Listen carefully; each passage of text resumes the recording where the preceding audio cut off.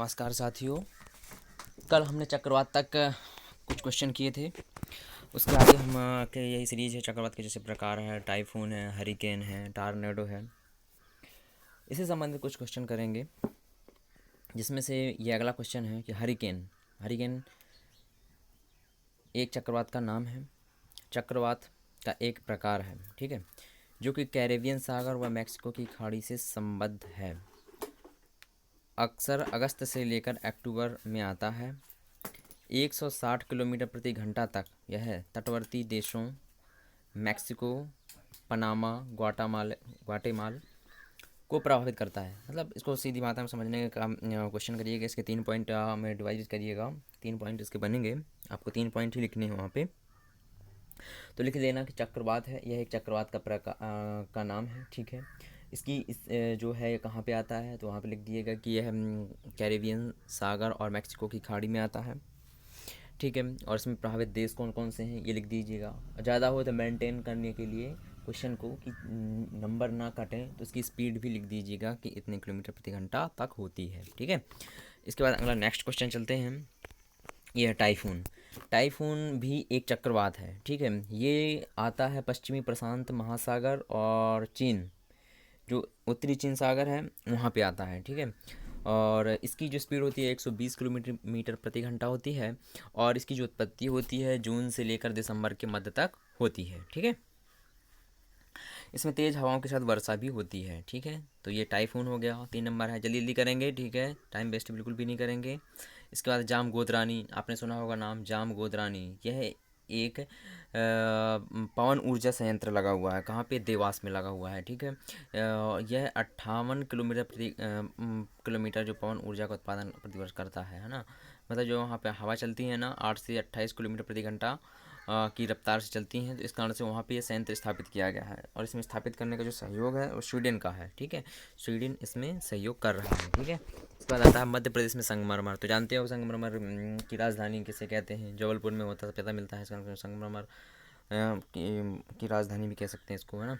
और संगमरमर किससे बनता है? चूना पत्थर से बनता है, ठीक है। चूना पत्थर एक महत्वपूर्ण खनिज होता है और उससे रूप परिवर्तित करके इसका निर्माण होता है, ठीक है। यह कहाँ पे मिलता है? ये लिख देना है, ग्वालियर, जबलपुर आदि जिलों में पाया जाता है, ठीक है। भेड़ाघाट इसमें बहुत प्रसिद्ध है। भेड़ाघाट में पता है, उसमें भेड़ाघाट का संगमरमर जो कि जबलपुर में और नर्मदा नदी पे मिलता है, ठीक है। ये भी लिख दीजिएगा। इसके बाद आता है तांबा। तांबा के बारे में आपको पता ही है आपको। भारत कहाँ कहाँ प्रसिद्ध है? भारत में जैसे खेतड़ी हो गया, सिंहभूमि हो गया, हजारीबाग हो गया, ये प्रमुख उत्पादक क्षेत्र हैं, है ना। तांबा और किस लिए फेमस है? हाँ, अपनी विद्युत चालकता के लिए बहुत फेमस है, ठीक है। और इसमें आघात वर्धनीयता होती है, तन्यता होती है, ठीक है।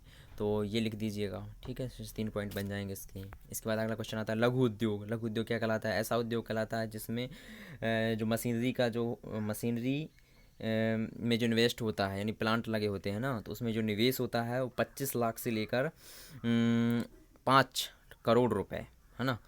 25 लाख से अधिक होता है लेकिन 5 करोड़ से कम होता है, ठीक है। लेकिन इसमें जो सर्विस सेक्टर है, यानी कि सेवा उद्योग है, इसमें जो इन्वेस्ट होता है वो कम होता है। कितना होता है? 10 लाख से लेकर 2 करोड़ के बीच में होता है, ठीक है। तो वो लघु उद्योग कहलाते हैं। इसके बाद आता है मध्यम उद्योग आता है। मध्यम उद्योग में क्या होता है?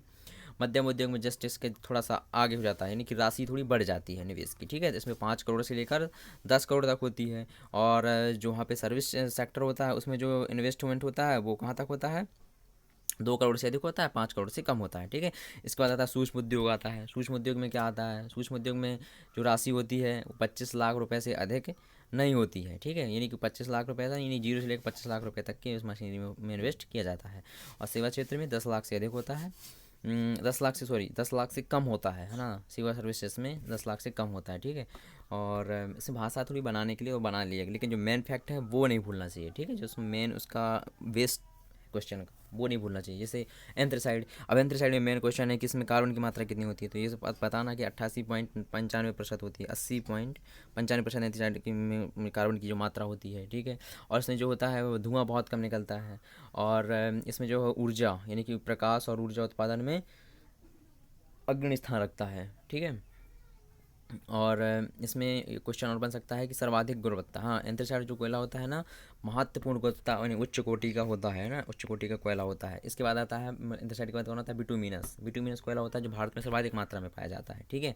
और इसमें जो कार्बन की मात्रा होती है 65.80%, सॉरी 65.80% होती है, ठीक है।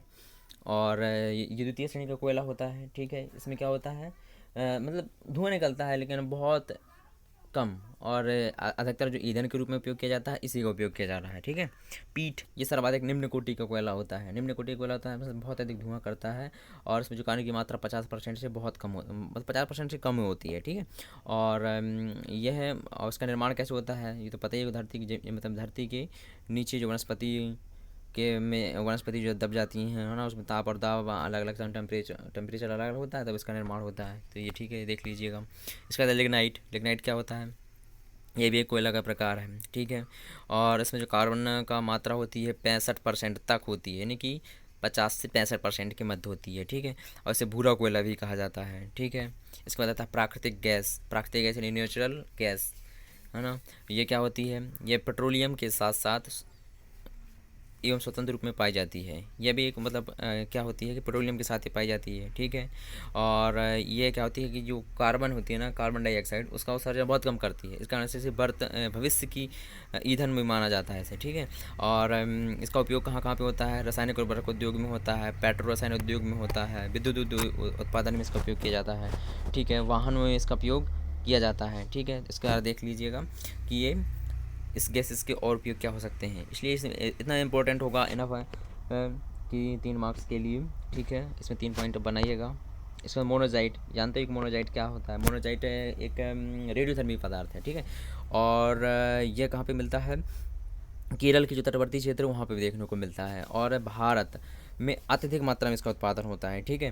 तो नाभिक की ऊर्जा का निर्माण इससे किया जा सकता है, ठीक है। और इससे यह है कि इसका उपयोग करके हम क्या कर सकते हैं, विद्युत मात्रा में अधिक अधिक उत्पादन कर सकते हैं।